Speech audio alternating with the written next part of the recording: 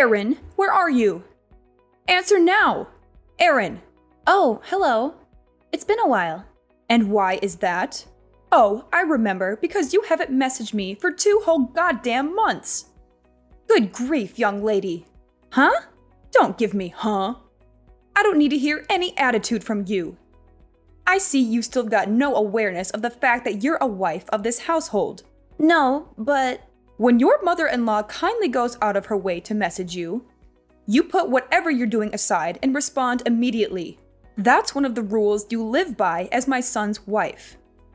If you understand, please be more mindful next time. I am not done speaking yet.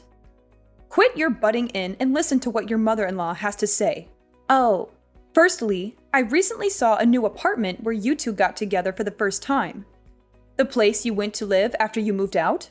our new apartment? And my God, you haven't been doing the housework at all, have you?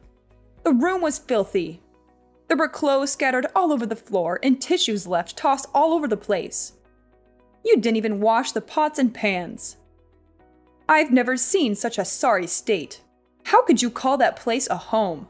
Are there sweet wrappers and a ready meal? Hamburger boxes flowing out of the garbage all over the floor. Not to mention the mountain of empty beer cans on the table. My little Seth doesn't drink alcohol, so they could only be yours. They were, weren't they? Admit it. No, I have allergies and break out in rashes when I drink alcohol. Be quiet, young lady. I did not give you permission to speak. Oh, sorry. To top it all off, the place was covered in dust. You haven't been vacuuming at all, have you?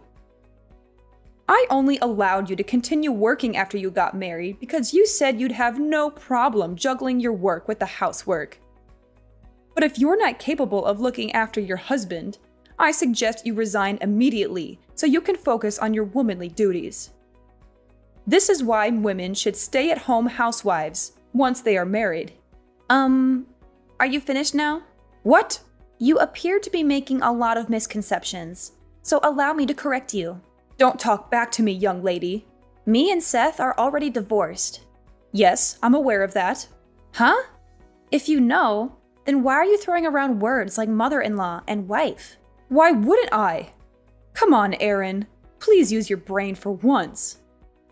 Even if you're divorced, as long as you and my little Seth are living together, you're still his wife. And you still have a role to fulfill in our family. It's your sacred duty and obligation to serve your husband with devotion and loyalty, and to display the proper respect towards me, your mother-in-law. Do you have any idea how little sense what you're saying makes? The fact that we're divorced already makes us strangers now. We stopped being a couple and started leading separate lives the moment the divorce was finalized. Which is why any notion that I have to look after or fulfill my womanly duties towards him are ridiculous, plain and simple. I already warned you, young lady. Don't talk back to your mother-in-law. I'm not talking back. I'm having a normal conversation with you, like a reasonable human being. Reasonable? Which part? Let me say it once more. I'll make it crystal clear this time to help you understand. Any woman who doesn't look after her husband is a failure of a wife. If you can't keep on top of the housework while working, then hurry up and quit your job already. How about I contact your company and tell them you've decided to step down to focus on being a housewife? No, stop it.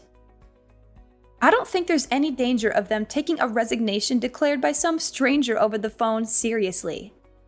But I don't want to cause them any inconvenience. Then just quit now while you still have some dignity left.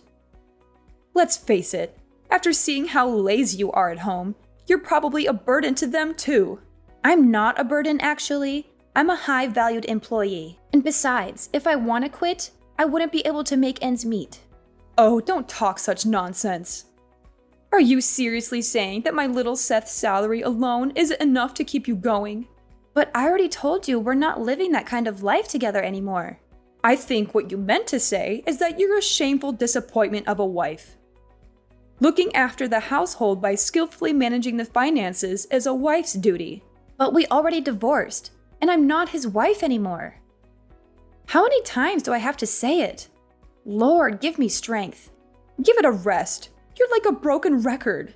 Just because you're divorced doesn't mean you can start neglecting the housework and living like swamp rats. Oh, my poor Seth. In that case, you're wasting your time. I live in a different state now. What? My company offered me a transfer as soon as the divorce went through. So I took them up on it and moved out of the state. Good grief. A wife who goes off on solo business ventures away from her family? I've never heard anything so absurd in my life. Like I told you, I'm not your son's wife anymore. And you're not my family. Quit your job and come back immediately. Huh? That said, I may be firm, but I'm also kind, which is why I'm willing to grant you some leeway. Common sense dictates the resignation procedures usually take about a month. So I'm very kindly willing to give you 30 days to make the necessary arrangements and come back. I'll look after little Seth in the meantime. So hurry up and quit your job and move back here so you can be by our side again. I told you, we're divorced. Quit talking nonsense. Now you're just arguing for argument's sake, young lady. Nonsense? You heard me.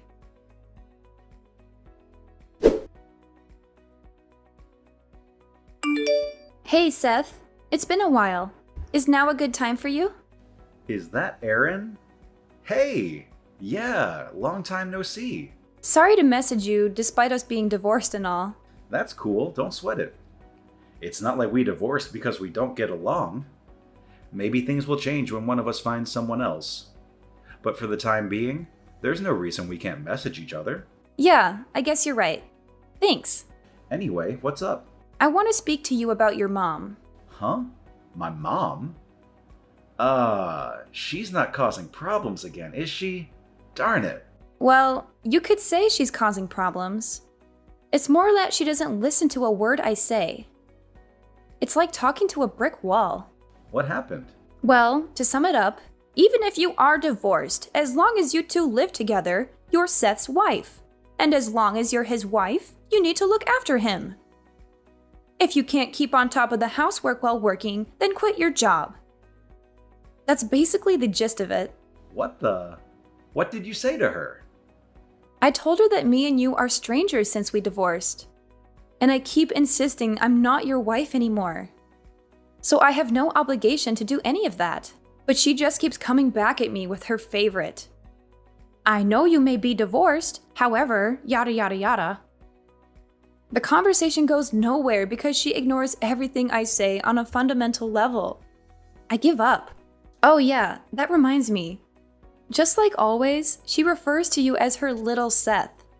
It's like you're an 8-year-old kid to her. Oh, I'm sorry. Does this still upset you? Well, about that. As soon as our divorce went through, my dad also moved out. And now my parents are living separately. Ever since then, her over-interfering in my life reached levels previously unimaginable. It got so bad I couldn't take it anymore. I was so desperate to get away from her. I snuck out of the house in the middle of the night a week ago so I could finally be free of her. I see. Sounds like it's been tough for you too, Seth. My mom was the reason we divorced in the first place, after all. I felt so guilty about you having to put up with her. I thought at least if we divorced, you'd be able to escape from it all. But even that didn't work, did it? It would seem I underestimated her. I'm fine, really. Don't worry about me. Actually, I got a transfer at the company, and I'm living far away in a different state. Now there's no danger of her following me and causing me problems. In fact, she couldn't possibly. Oh, really? I'm pleased to hear that. More importantly, what about you, Seth? If anything, it sounds like things might be more difficult on your end. Me? Well, you see, your mom insisted she was going to go over and start looking after you. Since I was failing to fulfill my womanly duties towards you with working all the time. Which means she must know your current address? What? But I didn't tell her. Really? Based on the messages yesterday, I kind of got the impression she was already at your apartment. Is there a chance she found your new address somehow and snuck in while you weren't home? No, I really don't think that's possible. You sure? I got a transfer at work the other day too. I'm staying at a company-provided dormitory right now. The rules state that non-employees aren't allowed to enter without permission under any circumstances, even visiting family members. It's a long way from Mom's house. I don't think she can make it this far out, even if she did know my address. I see. Huh. Yeah, it's a mystery. You can say that again. Well, whatever. It's not like she can actually do anything to me. You don't mind? I have absolutely no intention of going back to the family home. I don't even read her messages these days. To be honest, I was thinking of blocking her soon. She can do what she likes. It's not my problem anymore. After everything that went down, for the sake of my mental health, I resolved never to tolerate her shenanigans ever again. I see. It's probably for the best for you to block her too, Aaron. I may be her son, but you two are literally strangers now. There's no reason you should have to put up with her irritating messages. You make a good point. I couldn't help but feel a little wary about what she was planning on doing next. But actually, after keeping an eye on her a little while longer, just to be safe, I think I'm going to block her. I think it's for the best. Anyway, I'm about to jump in the bath. Sure. Thanks for today, Seth. Night-night. Good night.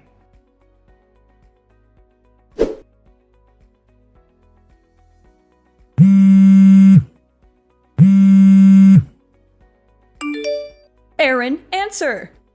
What the hell is going on? You've got some explaining to do. What do you mean? Some strange woman walked in while I was cleaning little Seth's room. She yelled, "Who are you? What are you doing in my apartment?"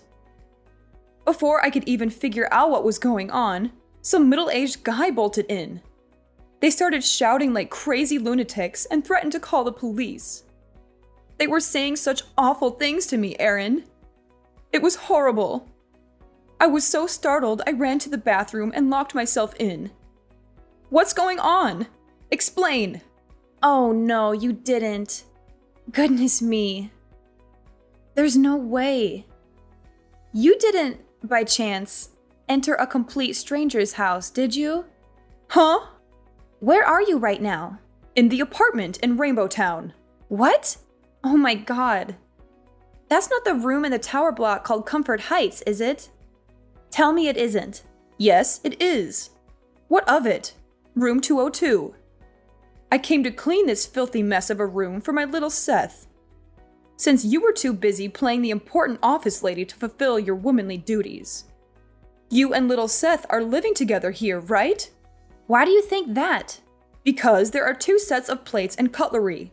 But then this happened. I have no idea what's going on. Listen, Marissa, the apartment you're in right now belonged to my aunt who let me stay with her for about 10 days after me and Seth finished with divorce proceedings. Wait, what? Your aunt? However, my aunt moved out a month ago. Based on what you're telling me, it seems like some new people moved in. But that doesn't make any sense. I found this address in my little Seth's room. It was written on a notepad I found on his desk. He probably wrote it down when I told him where I was staying. Huh?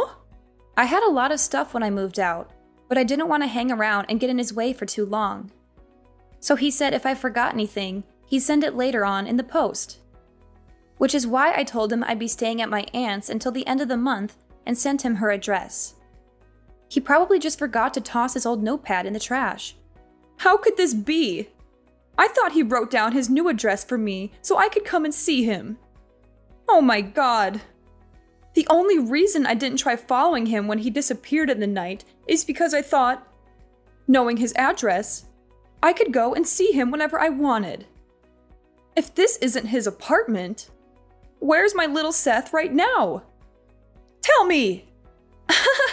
Nope, sorry. I don't even know myself. I know you're lying. What kind of wife doesn't know where her husband lives? That just doesn't happen. Like I said, me and your son are no longer married. And like I said, even if you are divorced. Want to know the reason why we got divorced, Marissa? Because of you. What? Me? Seth hates how you meddle in his life all the time. He told me you've been babying him and interfering with basically everything he ever does since he was a teenager. Then when we married, you started acting like some kind of dictator trying to turn me into his personal slave. I was to cater to his every whim, at all times, regardless of what I wanted. He blamed himself, and his mental health took a turn for the worse. He stopped eating. He could barely sleep. He became a shell of his old self because of what you were putting me through. Huh? After a long, difficult decision, me and him decided that a divorce would be the best way to reduce the burden on both of us. So that's where we are now. Oh my God. I just wanted my cherished, beloved Seth to be happy. Is that a crime? He's the one who said he hates you interfering. You drove your son to the emotional and psychological brink with your psychotic behavior. Does that sound like happiness to you? Oh my God. What is this? I don't even... Is everything all right? What do you mean? I seem to remember you saying something about being locked in a stranger's bathroom. This is bad. I can hear police cars outside. That tends to happen when you illegally enter strangers' homes.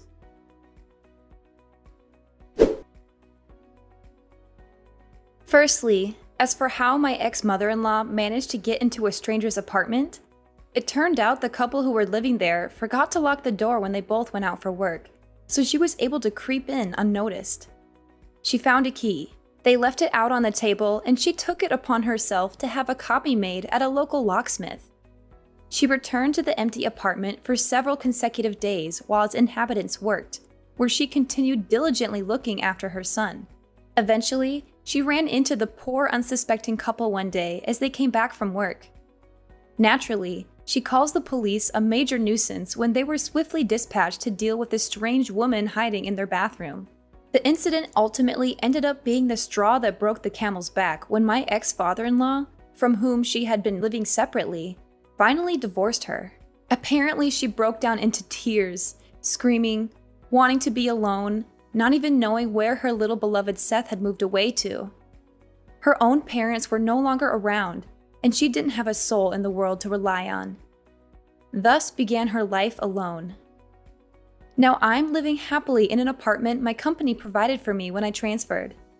I did get one last message before I blocked her, bemoaning how she cries herself to sleep every night because of me.